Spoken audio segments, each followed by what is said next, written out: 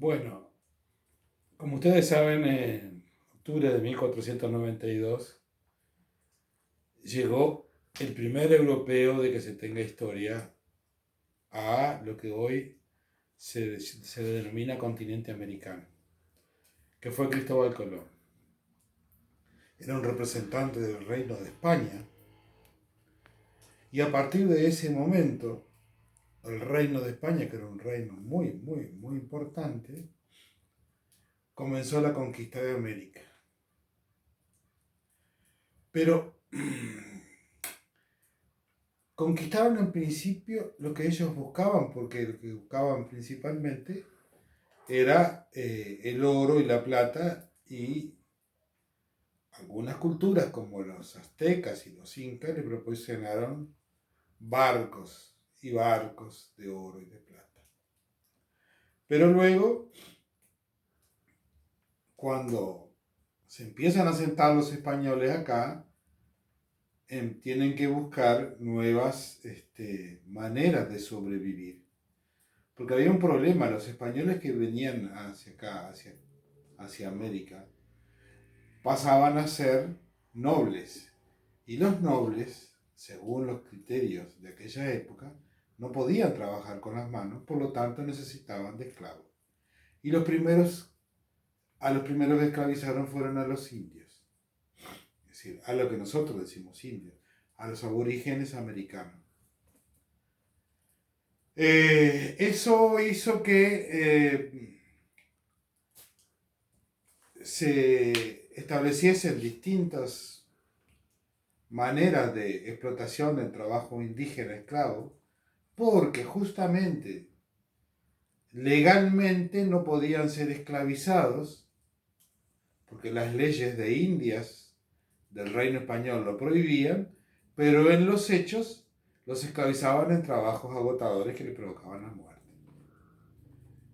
Pero había otros indios que se resistían, otros aborígenes que se resistían a ese tipo de cosas y a los españoles le costaba mucho trabajo poder conquistarlos.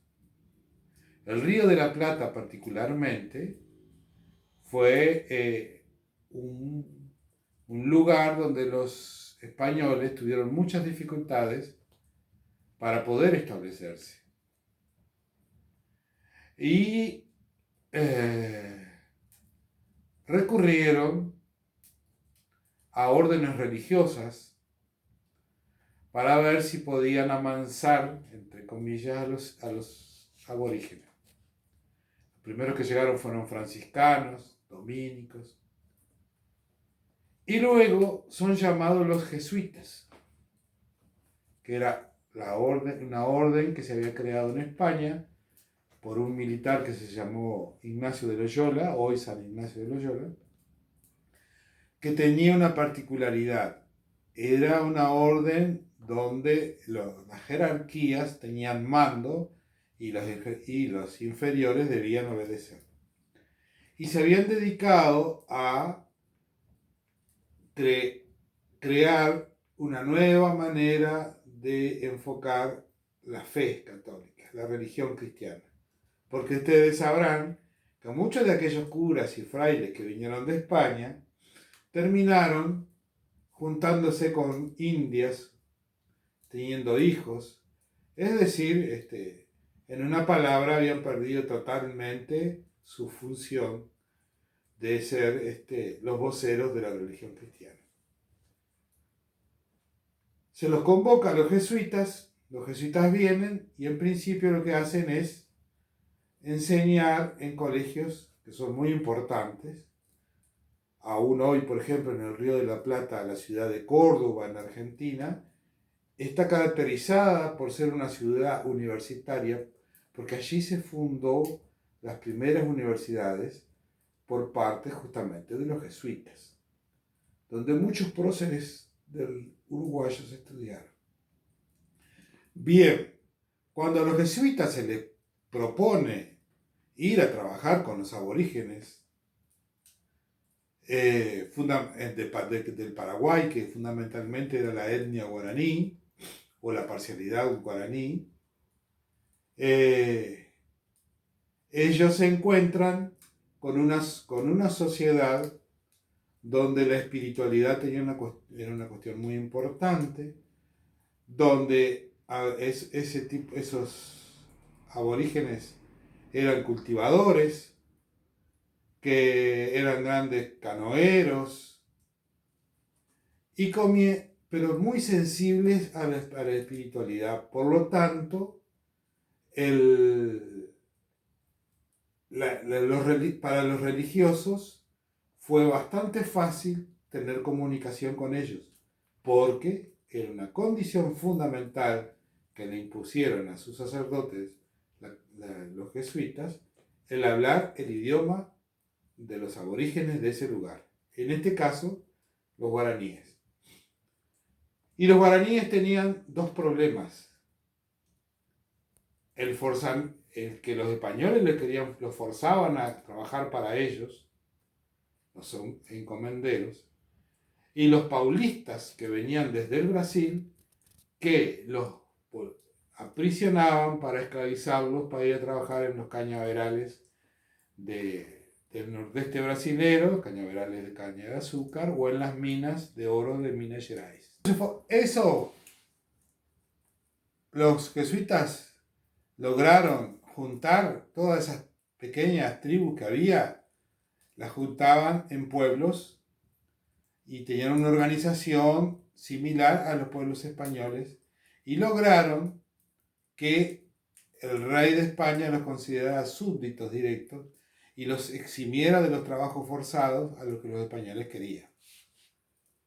Toda esa cultura guaraní de los aborígenes se mezcló con la cultura europea, y entonces se creó una cultura guaraní misionera que creó todo un espacio que, digamos, que es gran parte del este del Paraguay, en Argentina de Misiones, de la provincia de Misiones, de Corrientes, en el Brasil del Río Grande do Sul y en el Uruguay del norte del Uruguay.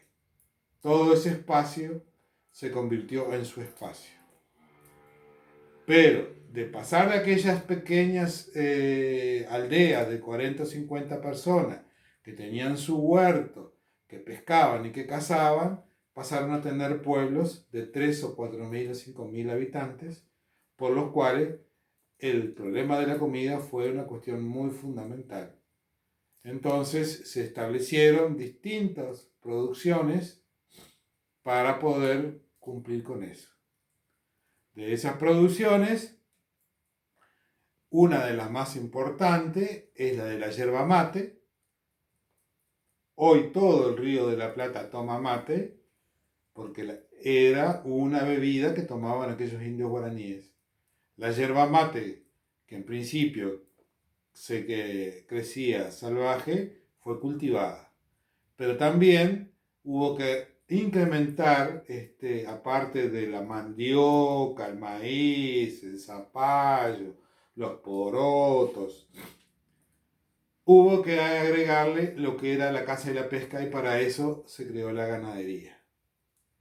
Y de los 30 pueblos que llegaron a ser, donde vivieron 100 y pico de mil habitantes, el espacio que hoy nosotros vivimos fue perteneciente a la estancia del pueblo de Yapeyú, un pueblo que se especializó en la ganadería. Acá, cerca de Rivera, es decir, la estancia de Yapeyú ocupaba todo el departamento de Artigas, todo el de Salto, todo el de Paysandú, el oeste de Rivera, el oeste de Tacuarembó y el este del departamento de Río Negro. Y bueno, de la cría de esa ganadería, de esos ganados que introdujeron, fue que nosotros participamos, porque acá en las puntas del Cuñapirú, para cuidar el ganado, se fundó el puesto de Santa Ana, que se ocupaba de cuidar el ganado que vivía en esta zona de la estancia de Yapeyú. Muy bien.